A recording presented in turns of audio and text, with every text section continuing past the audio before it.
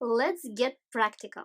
In this section, some of the things, or maybe even all of them, will seem obvious. But usually, what I observe is that most obvious things are usually most often overlooked.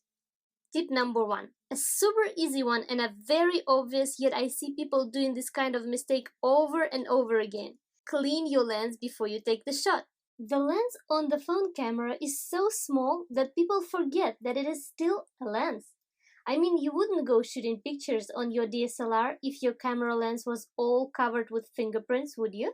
The quality of the images wouldn't be that nice. Same with phone camera, but even to a greater extent, as normally, lens is not protected with cap or hood and it is in constant touch with other things and your hands.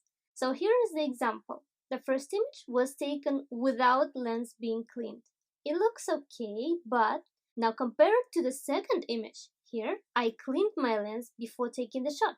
See how much more contrast this picture has. There was no editing done to any of these pictures, and the difference is purely because the lens was cleaned. Here is another example.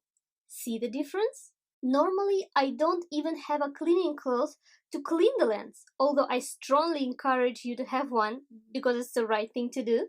When I'm out and about, I use any soft fabric I have at hand. Typically, it will be my t-shirt.